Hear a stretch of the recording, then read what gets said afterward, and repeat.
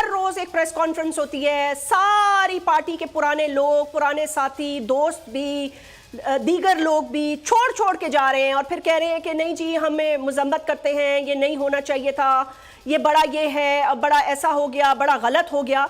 मेरा तो बुनियादी सवाल ये है कि या तो फिर ऐसा बयानिया नहीं बनाना था जिस पर पे लड़ाई इस उरूज पर जाए, और फिर 9 मई के दिन किसी बड़े लीडर ने निकल के नहीं कहा कि भाई क्यों जलाओ घिराव कर रहे हो, ये किसने आपको मशवरा दिया ये कारनामे करने का। चले ये भी रहने दो, नहीं दिया, उनको अपने लाले पड़े हुए थे, कोई छुप रहा था, कोई भाग रहा था, कोई पकड़ा जा रहा था। लेकिन मुझे ये बताएं कि ये पीछे से खबरें आ रही है कि जबरन इनको कहा जा रहा है कि इस्तीफा दो, पार्टी से अलहदगी हो, इमरान खान को छोड़ो, नहीं तो जो वापस आ रहा है उसको दूसरे गेट से दोबारा जेल में दाखिल कर रहे हैं। खान साहब के साथ ये उनकी जमात ने जो कुछ किया, जो कुछ बोया वो काटा है। उन्होंने खुद, जैस्मीन आपने अपने इंट्रो में बड़ी आला बातें कही, पीपल्स पार्टी पे कौन कौन सा जुल्म है, यानी वक्त नहीं है आपके पास मैं उन लोगों के नाम गिनवा सकूं जिनके साथ वो जुल्म हुए। उन खवातीन के साथ क्या क्या जुल्म हुए, जिनको कोड़ों में, जिनको फांसियों में, जिनके भाइयों को फांसियां लगी, उनको औरतें होके शाही किलों में रखा गया, कितने घरों की तजरीलें की गई। छोड़ दे, बड़ा तल्ख माजी है, सही कह रहे हैं। लेकिन हम तो अपनी जगह खड़े रहे और हम इस असूल पे थे।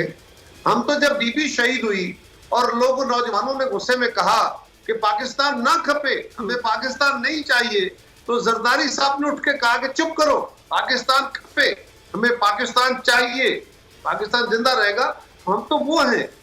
लेकिन अब मसला ये है कि खान साहब ने नफरत की इस सियासत को, जो उसको हथियार बना के वो चले, वो पहले तो ताउन के साथ, जो खुद मानते हैं कि ताउन था, उस ताउन के साथ वो हमारे खिलाफ नफरत उभारने में कामयाब रहे पूरे समाज के अंदर, और उसमें उनको एक सपोर्टिव सियासत भी मिल गई।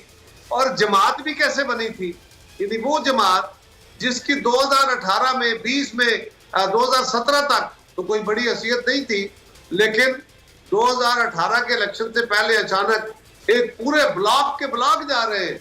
ये जरा याद कर लेना 18 में क्या हुआ था। जी याद है मुझे। पीपल्स पार्टी कॉन्फ्रेंस होती थी और लोग भाग भाग के उधर जा रहे थे।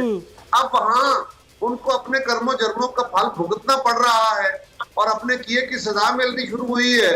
तो अब लोग उनको छोड़ रहे हैं इसलिए कि लोग उनसे सीटें लेने गए थे, किसी असूल और नजरिए पे तो थे नहीं, ना खान साहब का कोई नजरिया और असूल था। वो तो इक़्तिदार में रहना चाहते थे और 4 साल में इक़्तिदार में रहने के बाद वो किसी एक काम का नहीं बता सकते कि किसी एक सेक्टर को उन्होंने ठीक करने की कोशिश की हो, कोई उनकी प्रायोरिटी बनी हो। वो इक़्तिदार में रहना चाहते थे, रहे, अपने मुखालफों को दबाना चाहते थे, दबाया।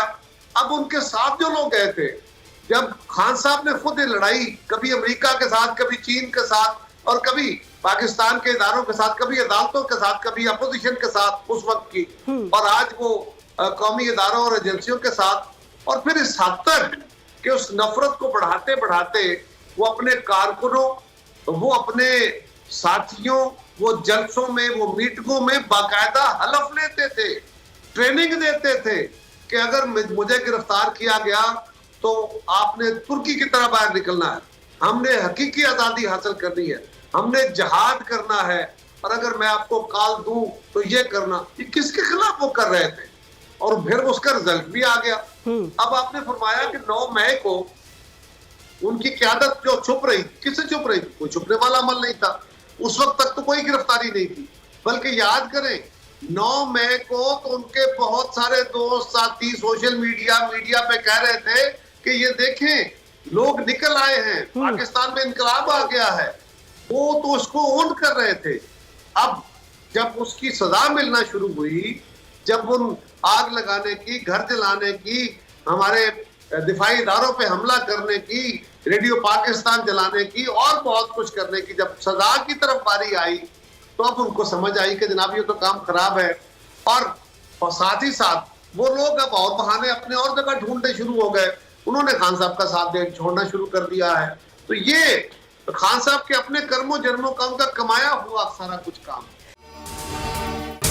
अगर ये वीडियो आपको पसंद आई है तो इस चैनल को सब्सक्राइब करें और बेल आइकन को क्लिक करें।